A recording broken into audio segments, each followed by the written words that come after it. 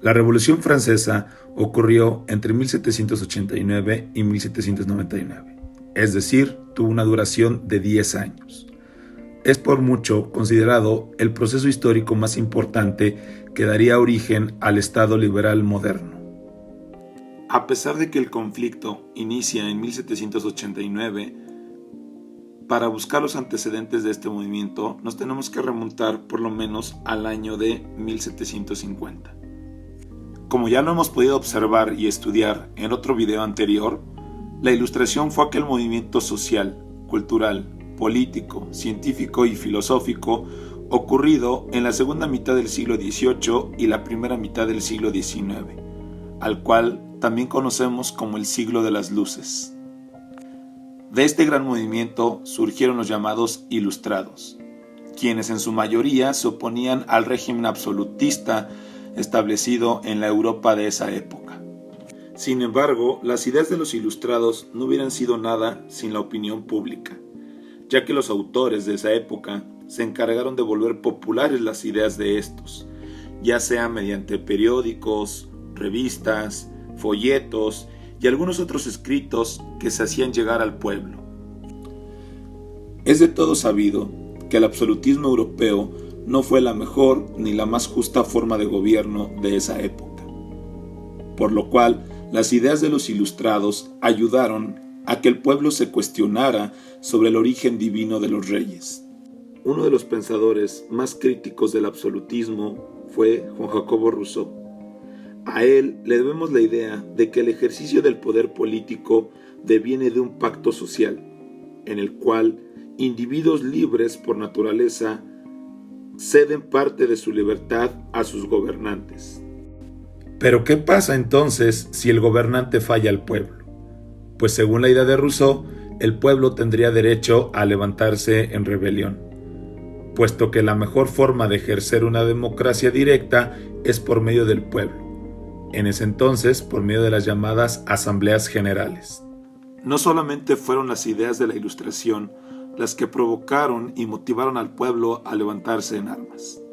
Como una tercera causa encontramos la crisis financiera, en la cual se encontraba sometida la corona francesa. Esta producto de las rivalidades bélicas que mantenía en esa época en contra de Inglaterra. Para 1778, el entonces monarca Luis XVI decidió apoyar a Estados Unidos de América en su lucha de independencia, la cual había sido iniciada unos años antes. Esto a la larga significó un gasto excesivo en millones de libras para la corona francesa. Es importante mencionar que esta decisión tomada por el rey fue en un afán de vengarse de Inglaterra. En un afán para enfrentar la crisis económica en la cual se encontraba Francia, se propuso la creación de nuevos impuestos de producción agraria en toda la nación, los cuales, desde luego, tenían que ser pagados por todas las clases sociales. Aquí es importante mencionar que desde que fue creada la corona francesa, por allá del siglo XII, tanto la nobleza como el clero estaban exentos de pagar impuestos, lo cual desde luego traería una enorme desigualdad ante los demás sectores sociales.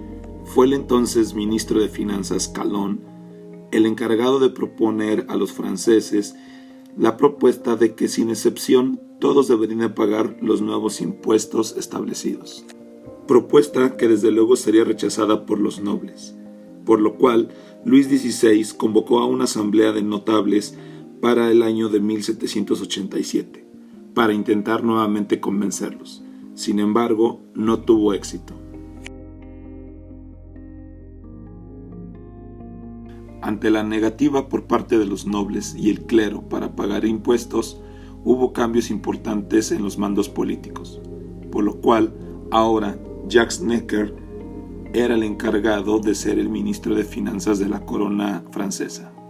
El entonces ministro Necker se encargó de convencer a Luis XVI para que éste convocara a las asambleas de Estados Generales, algo que no sucedía desde el año 1614. En esta reunión se encargaban de juntarse los tres principales estamentos de la sociedad francesa. Como consecuencia, el 5 de mayo de 1789, el rey se encargó de instalar la Asamblea de los Estados Generales, con una asistencia total de 1.315 diputados, los cuales estaban conformados de la siguiente forma: 331 pertenecían al clero, 311 a la nobleza, 654 al tercer estado, y 19 de ellos representaban a las colonias francesas, como por ejemplo Haití.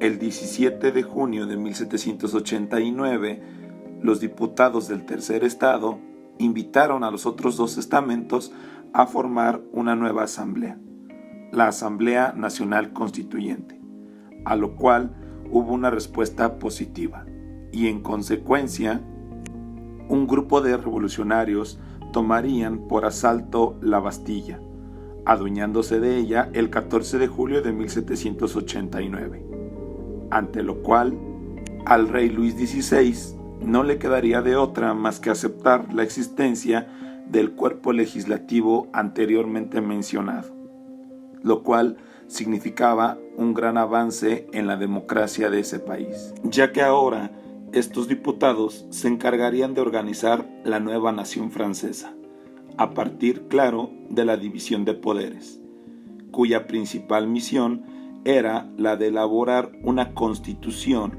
con el fin de establecer una sociedad donde los individuos fueran iguales ante la ley. Otro de los grandes acuerdos fue promulgado el 26 de agosto de 1789, cuando se aprobó la Declaración de los Derechos del Hombre y del Ciudadano, en la cual principalmente se definía a Francia como una nación formada por individuos iguales ante la ley. Finalmente, el 13 de septiembre se aprobaría una nueva constitución en Francia, la cual eliminaría en primera instancia el antiguo régimen monárquico, para ahora establecer una monarquía constitucional. Posteriormente, Luis XVI sería condenado a la guillotina, ya que en esas épocas se consideraba que esta pena de muerte era el símbolo de igualdad entre los nobles y el pueblo. Posterior a su muerte, se vinieron una serie de cambios en la política, lo cual catapultó a Robespierre a encabezar el gobierno francés, que aunque tenía el apoyo de las masas en París, este se vio obligado a tener una práctica de políticas basadas en el terror, con la finalidad de eliminar a sus enemigos en la revolución. Esto traería como consecuencia un nuevo periodo dentro de la Revolución Francesa, el cual estuvo comprendido entre 1793 y 1794, al cual conocemos como el régimen del terror o el estado del terror. El nombre es debido a que el gobierno de Robespierre imperaba con medidas muy drásticas, esto con la finalidad de acabar con todo aquel que se opusiera a las fuerzas y a su ideología política, sobre todo sacerdotes, nobles y algunos acaparadores. Inclusive se dice que mandó ejecutar a Danton, quien en un principio fue uno de sus principales aliados políticos. Esta época del terror llegaría a su fin cuando el propio Robespierre y algunos de sus seguidores fueron llevados a juicio y posteriormente ejecutados. Robespierre sería ejecutado también en la guillotina el 28 de julio de 1794. Aunque para algunos historiadores, con la muerte de Robespierre, se daba fin a la revolución, los problemas en Francia continuaron. Y es así que para 1795 se decidió promulgar una nueva constitución. Dicho documento sería de corte liberal, el cual propondría la creación de dos cámaras, el Consejo de los 500 y el Consejo de los Ancianos, y por otro lado un poder ejecutivo que era representado por el Directorio. A pesar de la creación del Directorio, los problemas continuaron, ya que este tenía como principales enemigos a los miembros de los diversos clubes políticos de esa época, a los realistas y a los jacobinos radicales, que todavía en mayo de ese mismo año pretendieron intentar recuperar el poder mediante un golpe de Estado. Para resolver los problemas políticos de esa época, algunos miembros del Directorio, como por ejemplo Emmanuel Joseph Saiz, pensaron que el colocar a un militar dentro del poder les podría ser útil para conservarlo. Sin embargo, estas ideas no evitarían que se diera un golpe de Estado, el cual se ejecutó el 9 de noviembre de 1799, y que traería como consecuencia la designación de un triunvirato de gobierno. Con la implementación de este triunvirato es como podemos darle fin a nuestra Revolución Francesa.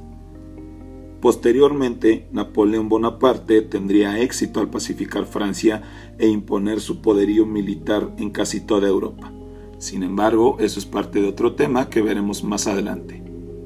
Y es así como damos por finalizado este breve pasaje por uno de los procesos históricos más importantes en la historia universal. Espero que te haya gustado y déjanos tus comentarios. No olvides suscribirte al canal y seguirnos en nuestras redes. Hasta la próxima.